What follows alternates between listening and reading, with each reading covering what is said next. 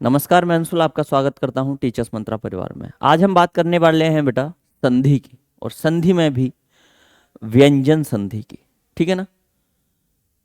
Batch का आपको पता ही है, उत्तर प्रदेश पुलिस आरक्षी के लिए बैच है जिसका नाम है प्रयास। उसमें मैं आपको हिंदी पढ़ा रहा हूं। ठीक है। व्यंजन संधि पहले की क्लास में आपको बता दिया गया है संधि क्या होती है। स्वर संधियों पे भी हमने चर्चा कर ली है। ठीक है ना।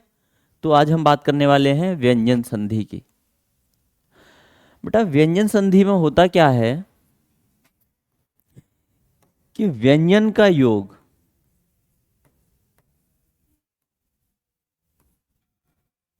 व्यंजन के साथ हो सकता है या व्यंजन का योग स्वर के साथ हो सकता है या स्वर का योग व्यंजन के साथ हो सकता है। ठीक है। तीन तरीके से व्यंजन संधि बनती है। इसके आगे की चर्चा हम करते हैं। इतना आपको आशा करता हूं समझ आ गया होगा कि व्यंजन संधि का निर्माण होता कैसे है। आगे बात कर लेते हैं। इसमें कुछ नियम है।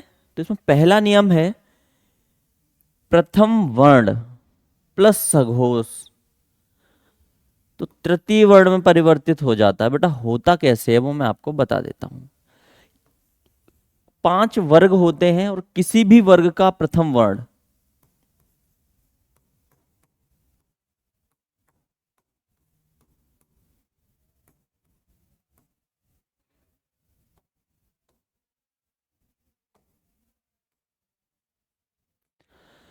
कवर्ग, चवर्ग, टवर्ग, तवर्ग और पवर्ग। बेटा ये होते हैं 5 वर्ग, और इनसे होता क्या है कि इनका योग अगर किसी सघोष वर्ण के साथ हो जाए तो सघोष वर्ण कौन कौन से होते हैं बेटा।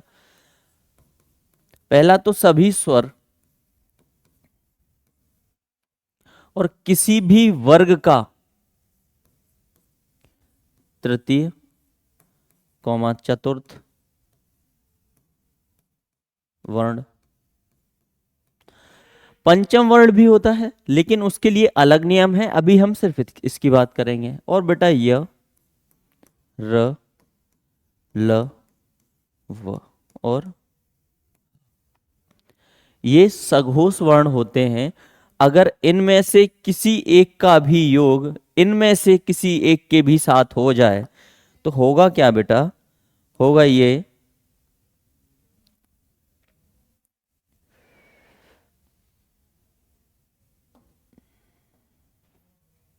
ठीक है तृतीय वर्ग में परिवर्तित हो जाएगा, तृतीय वर्ण में। और वो तृतीय वर्ण कौन कौन से होंगे इसकी बात हम कर लेते हैं। बेटा क वर्ग का तृतीय वर्ण होता है क ख ग, यानी कि तृतीय वर्ण होगा ग। च वर्ग का होगा च छ ज ज। ट ठ ड त थ द और प फ ब, ये होंगे। बेटा ये सब स्वर रहित हैं। अगर ये स्वर रहित हैं तो ये भी स्वर रहित हो जाएंगे। ठीक है। ये नियम है। नियम क्या है कि किसी भी वर्ग के प्रथम वर्ण का योग सघोष वर्ण के साथ अगर हो जाता है तो ये तृतीय वर्ग में परिवर्तित तृतीय वर्ण में परिवर्तित हो जाते हैं। वो किस तरह होते हैं ये आप देख पा रहे हैं। ठीक है। अपने ही वर्ग के तृतीय वर्ण में परिवर्तित हो जाएंगे। ठीक है। आगे इसके उदाहरण की बात कर लेते हैं। उदाहरण जैसा कि मैंने अभी आपको बताया कि क वर्ग, तो बेटा क वर्ग में पहला वर्ण होता है क और क का ग हो जाएगा। और होगा कैसे, क्योंकि ये तृतीय है, ये तृतीय वर्ण है और ये प्रथम वर्ण है। ठीक है। तृतीय वर्ण में परिवर्तित हो जाएगा। और जैसा कि मैंने बताया कोई भी स्वर हो या फिर तीसरा चौथा वर्ण हो या य र ल व और ह हो, तो बेटा क का योग स्वर के साथ होगा तो क तीसरे वर्ग में परिवर्तित हो गया है ग में। पीछे स्वर है इसलिए स्वर इसके साथ जुड़ गया और ये स्वर सहित हो गया, पहले स्वर रहित था। ठीक है। क का योग दिक धन अंबर तो बेटा क तीसरे वर्ग में ग में परिवर्तित हो गया, स्वर जुड़ गया इसके साथ। क का फिर यहां भी गा हो गया, यहां भी गा हो गया और यहां भी गा हो गया। यहां आप देख पा रहे होंगे यहां पे 3 जगह स्वर जुड़ा है, यहां पे ज और यहां पे ग। ठीक है, यानी कि यहां पे तीसरे तीसरे वर्ण जुड़े हैं किसी और वर्ग के, तो ये बेटा सघोष है। च का ज हो जाना वो कैसे होगा? च प्रथम वर्ण है और ज तृतीय वर्ण है, जैसा कि आप जानते हैं ये प्रथम वर्ण है।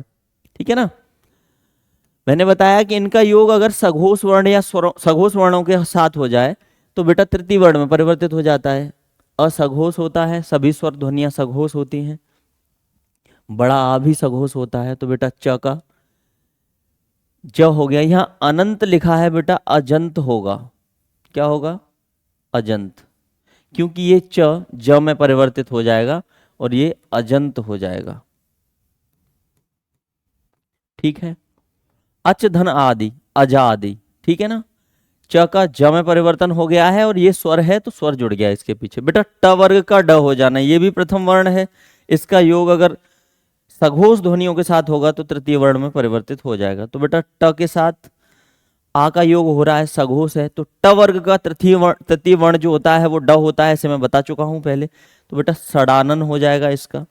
सट धन दर्शन, यहां पे त थ द यानी त वर्ग का तृतीय वर्ण है, तो टा का योग अगर द के साथ हो रहा है तो बेटा ये अपने तृतीय वर्ण में परिवर्तित हो जाएगा। तो सट सट धन दर्शन होगा।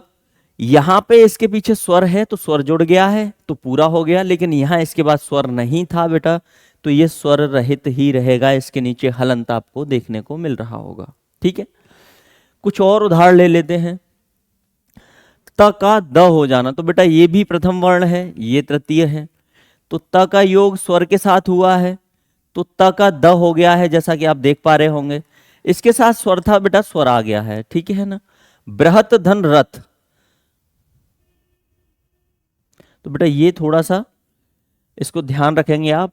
बृहत, तो त का परिवर्तन द में हो गया, ब्रह ब्रह पहले की तरह है। ठीक है ना, और ये र जो है यहां पे थोड़ी सी दिक्कत है बेटा, क्योंकि त आधा है और र पूरा है।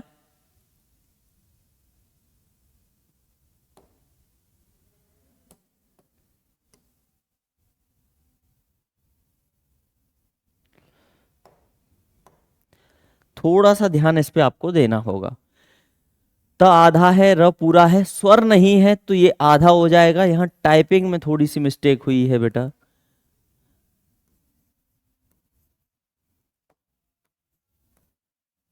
कुछ इस तरह से लिखा जाएगा।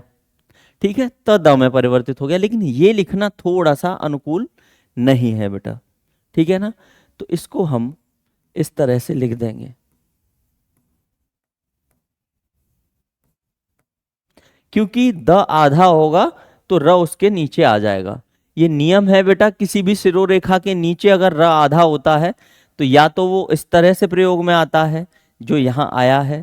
ठीक है ना, और अगर पूरा होता है, सॉरी, र पूरा होता है और वर्ण आधा होता है तो इस तरह से प्रयोग करते हैं, और र आधा होता है तो उसे इस तरह से प्रयोग करते हैं। ठीक, सत धन आचार, तो बेटा त का दा में परिवर्तित हो गया, पीछे स्वर है तो सदाचार हो गया।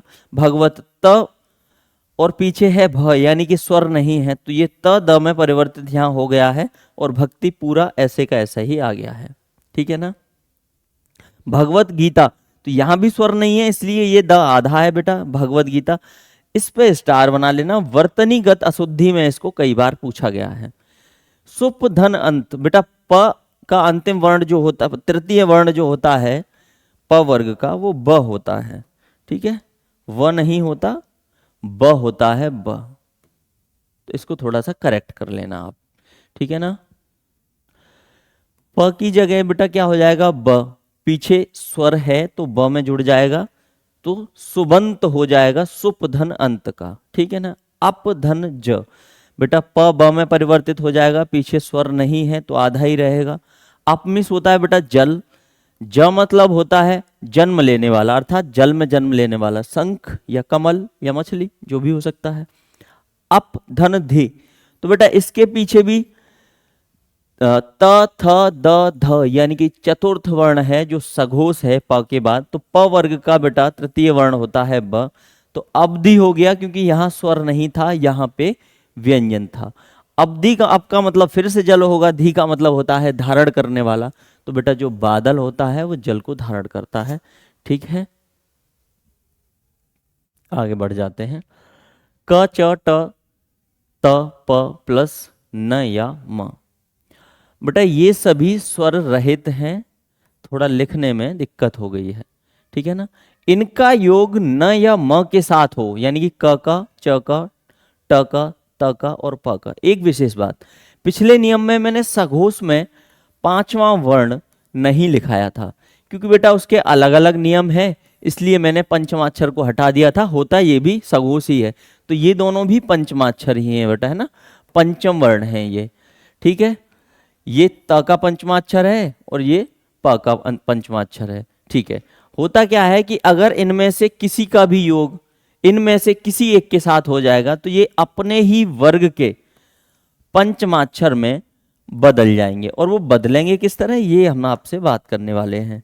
ठीक है ना बेटा, क का जो अंतिम वर्ण होता है वो ये होता है। ठीक है, ये आधा है तो ये भी आधा होगा। च का अंतिम वर्ण होता है वो ये होता है, ये आधा है तो ये भी आधा होगा। ट का अंतिम वर्ण होता है ये होता है, ये आधा तो ये भी आधा। आशा करता हूं दिखाई दे रहा होगा आपको।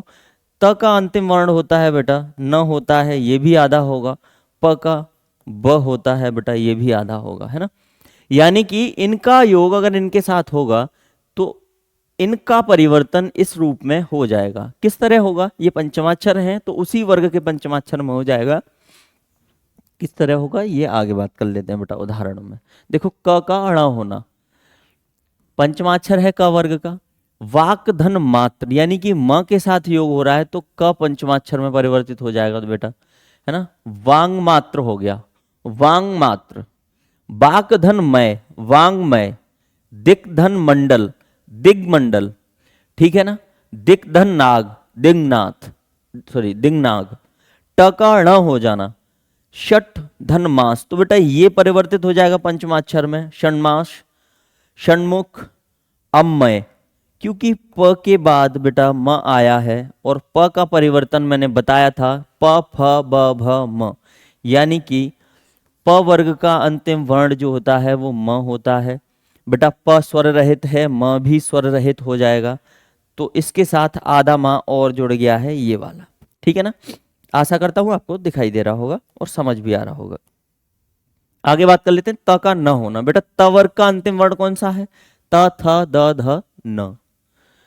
उत धन नति, तो बेटा त का न हो जाएगा और यहां पीछे स्वर है नहीं तो ये भी आधा जुड़ जाएगा जो आपको देखने को मिल रहा होगा। ठीक है, उन्नति। उत धन माद, उन्माद, क्योंकि त का न हो जाना।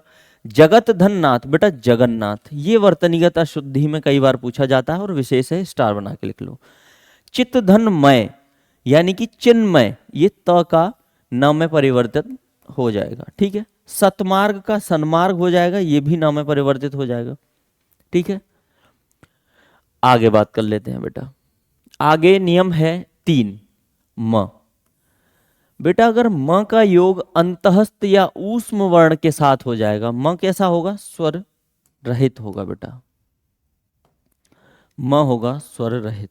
ठीक है ना, अंतहस्त या ऊष्म वर्ण के साथ हो जाएगा तो अंतहस्त कौन से होंगे, य र ल व।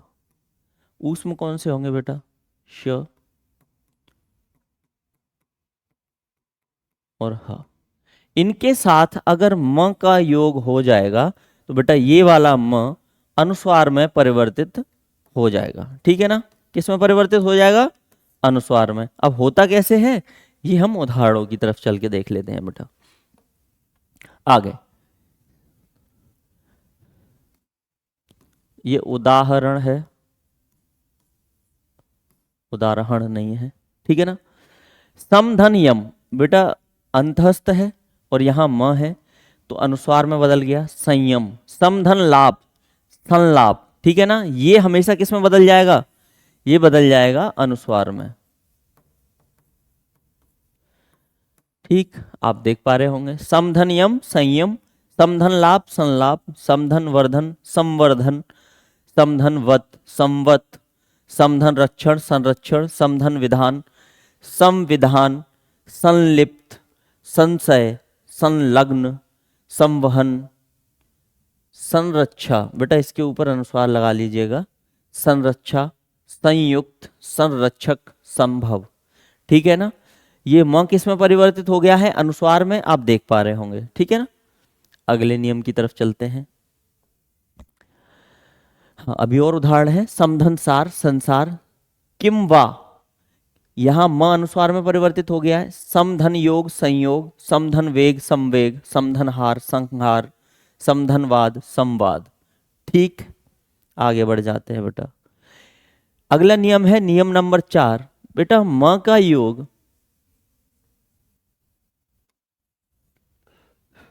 पिछले नियम में जो हमने बात की थी वो की थी अंतःस्थ और ऊष्म की, जो क से मां तक अर्थात वर्गीय वर्णों में नहीं आते। ठीक, आगे बात करते हैं क से लेकर म तक। ये कैसे हैं, वर्गीय हैं।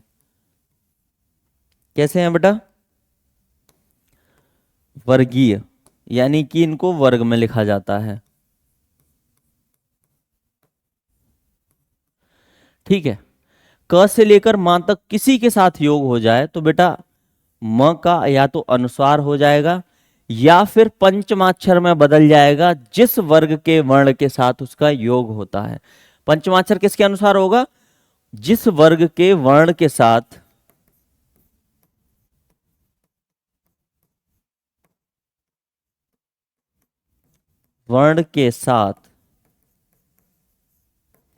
उसका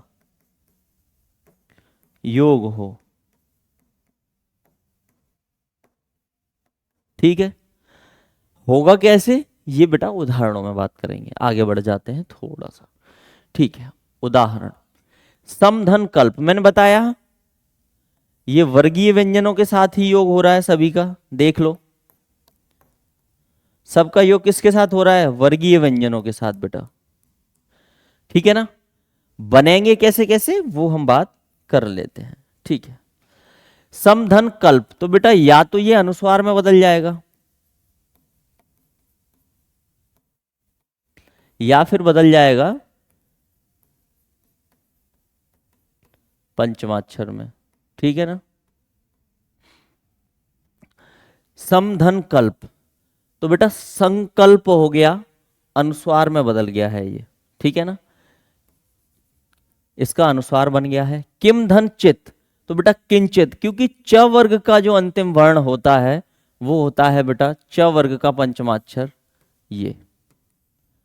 ठीक, तो किंचित बन गया, क्योंकि म बदल सकता है या तो अनुस्वार में या पंचमाक्षर में, तो पंचमाक्षर में बदल गया। बेटा स्वर रहित है तो ये भी स्वर रहित हो गया। ठीक है ना, या किंचित, यहां अनुस्वार का प्रयोग हो गया है और यहां पंचमाक्षर का। ठीक, आगे समधन चय संचय अथवा संचय, तो बेटा यहां अनुस्वार का प्रयोग हो गया है। यहां पे संचय को थोड़ा सा सही तरह लिख देते हैं, इस तरह लिखा जाएगा। बेटा साफ कर देता हूं, समझने में थोड़ी दिक्कत आ रही हो तो।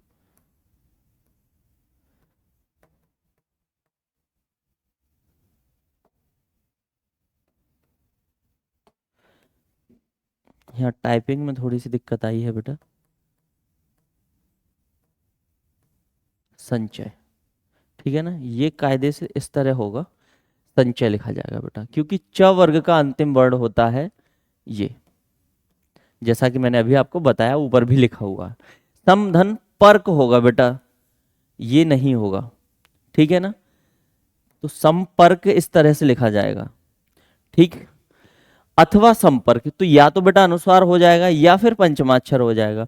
तो प के साथ योग हुआ है, प वर्ग का अंतिम वर्ण म होता है, प फ ब भ म, तो म का उपयोग यहाँ पे इस तरह से कर देंगे। ठीक है, आगे बढ़ जाते हैं। सम धन क्रांति, तो बेटा क इस तरह लिखा जा सकता है संक्रांति, अनुस्वार का प्रयोग यहाँ पे हो गया है।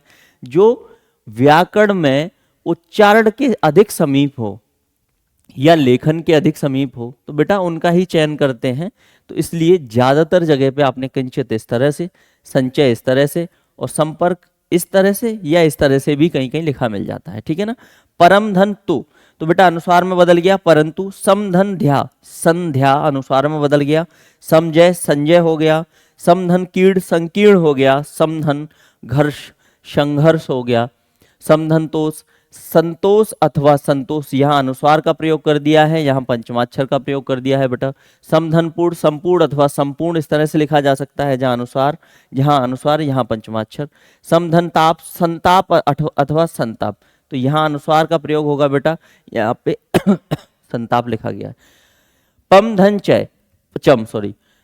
चम, तो बेटा यहाँ पंचम अनुस्वार के प्रयोग से बनाया जा सकता है या पंचम पंचमाक्षर के प्रयोग से बनाया जाता है। सम धन कलन संकलन हो गया। समधन गत संगत हो गया। समधन बंध संबंध हो गया। अहम धन कार अहंकार हो गया। समधन जीवनी संजीवनी हो गया। समधन गम संगम हो गया। जैसा कि आप देख रहे हो कि यहाँ पे केवल अनुस्वार का प्रयोग किया गया है, पंचमाक्षर का प्रयोग नहीं किया गया है, लेकिन कर सकते हैं क्योंकि नियम कहता है या तो अनुस्वार हो जाएगा या पंचमाक्षर हो जाएगा। ज्यादातर जगह पे हमने अनुस्वार का प्रयोग इसलिए किया है क्योंकि एक व्यक्ति हैं बाबू श्याम सुंदर दास, उन्होंने पंचमाक्षर के स्थान पर अनुस्वार के प्रयोग का सुझाव दिया है ताकि लेखन की दृष्टि से थोड़ा सा सहज हो सकें चीजें। आगे बढ़ जाते हैं बेटा। अगला नियम है, बहुत आवश्यक नियम है बेटा ये। त या द का योग च या छ के साथ हो, ज या झ के साथ हो, ट या ठ के साथ हो, ड या ढ के साथ हो, ल के साथ हो या श के साथ हो।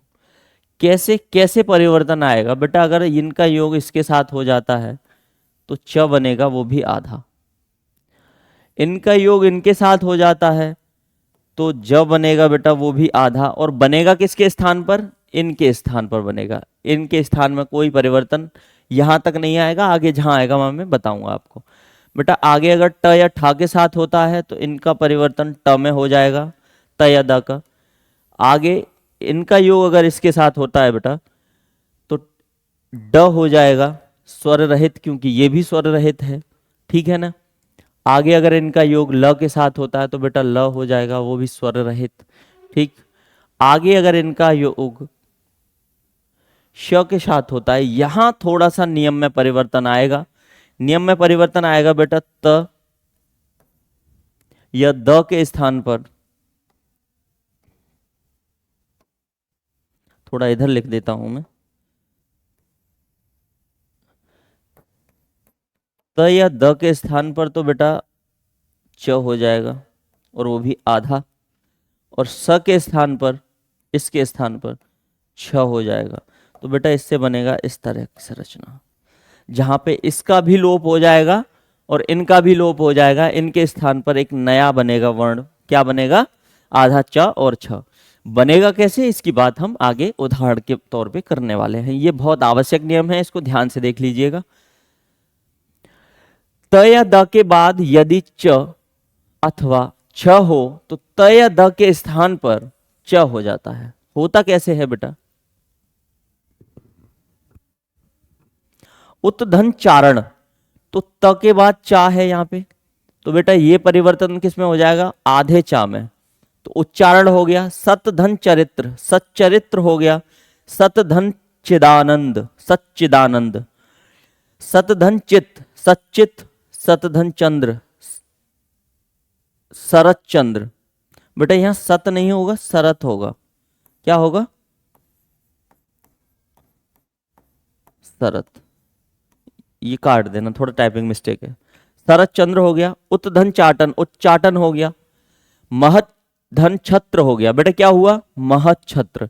जैसा कि मैंने अभी आपको बताया कि त का योग बेटा किस तरह, त का परिवर्तन किस में हो जाएगा? च में, तो वही हुआ है। उत्धन छेद, उच्छेद हो गया। उत्धन छात्र, सॉरी सतधन छात्र, सच्छात्र हो गया। पदधन छेद, परिच्छेद हो गया। बृहत धन छत्र, बृहत छत्र हो गया। उत्धन छिन्न, उच्छिन्न हो गया। यहां आपको समझ आ रहा होगा कि त या द के बाद अगर ये दोनों आते हैं तो त या द के स्थान पर क्या हो जाता है? च हो जाता है, वो भी स्वर रहित। आगे बढ़ जाते हैं। त या द के बाद यदि ज अथवा झ हो तो इन दोनों के स्थान पर ये हो जाता है बेटा, ठीक है ना। सत धन जन, तो इस त के स्थान पे क्या हो जाएगा, आधा जा, तो सज्जन, उत्धन ज्वल, उज्ज्वल। बेटा वर्तनीगत अशुद्धि में सबसे ज्यादा पूछे जाने वाला प्रश्न है कि उज्ज्वल का संधि विच्छेद क्या होगा, ठीक है ना। उज्ज्वल इस तरह लिखा जाएगा। विपज्जन, विपज्जन जाल, यानी कि द का परिवर्तन ज में हो जाएगा, विपज्जाल। उत्धन झटिका, उज्झटिका। उत्धन झटिल, उज्झटिल। बेटा इसका मतलब कोहरा या कुहासा होता है, ठीक है। जगत जन धन जननी, जगत जननी, ठीक है ना, क्योंकि ये परिवर्तन हो जाएगा आधे जा में, बाकी जननी इसके साथ जुड़ी गया। यहां तक आशा करता हूं आपको समझ आया होगा, ठीक है ना। आगे बढ़ जाते हैं थोड़ा सा। त या द के बाद ये बेटा स्वर रहित होगा, ये भी। ट या ठ हो, ट या छ हो तो त या द के स्थान पर द हो जाता है। बेटा ये थोड़ा सा ऐसा लग रहा है कि यहां लिखने में कुछ मिस्टेक हुई है, तो सबसे पहले उधर ही चलते हैं जहां से स्टार्ट किया था, ठीक है ना। त या दा के बाद ट अथवा ठ हो, ट अथवा ठ हो, तो यहां पे लिखने में थोड़ी सी दिक्कत हुई है। ये छ नहीं है बेटा, यहां ठ होगा, ठीक है ना। त या द के स्थान पर ये द नहीं होता, यहां ठ हो जाएगा, सॉरी ट हो जाएगा। क्या हो जाएगा, ट, ठीक है ना। यहां पे ठ कर लीजिएगा इसको। ट या ठ के बाद अगर इस तरह से योग होता है तो ट बन जाता है ना। तत धन टी का, तो बेटा ट का योग हो रहा है त के साथ, तो आधे टा में परिवर्तित हो जाएगा, तट्टी का। सत धन टीका, तट्टी का।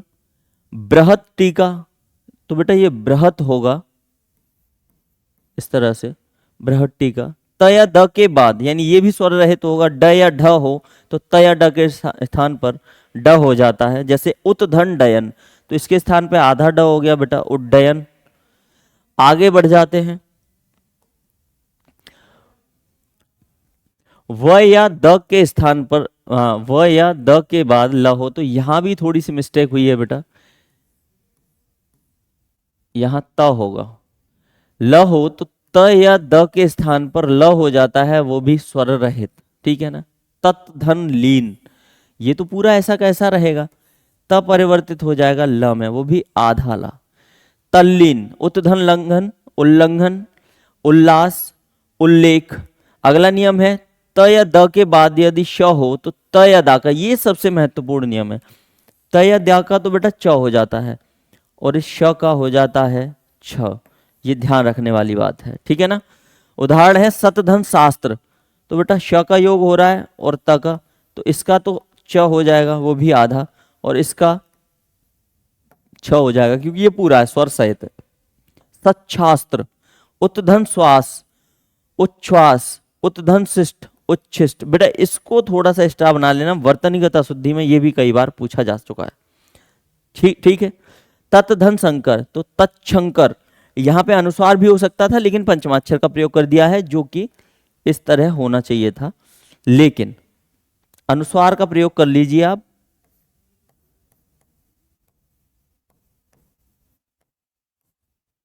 ठीक है। शरद धन शशि, शरद छसी, क्योंकि ये छ में परिवर्तित हो जाएगा और ये च में। सत्शासन, सच्छासन, ठीक है ना। ये इस तरह वो नियम हो गया जिस पे हम चर्चा करने वाले थे। यहां तक मैं आशा करता हूं आपको सब समझ आया होगा। त के बाद ह हो तो त के स्थान पर द और ह के स्थान पर ध हो जाता। बेटा त यहां पे स्वर रहित है, आधा है, ठीक है ना, तो इस त के स्थान पे द भी आधा हो जाएगा, ह के स्थान पे ध हो जाता है, ठीक। ये इधर परिवर्तित हो जाएगा और ये इधर परिवर्तित हो जाएगा बेटा, ठीक है। उत धन हार, तो इस त के स्थान पर क्या हो जाता है, द, वो भी आधा क्योंकि ये आधा है, ठीक है ना। इसके नीचे हलंत लगा हुआ है बेटा,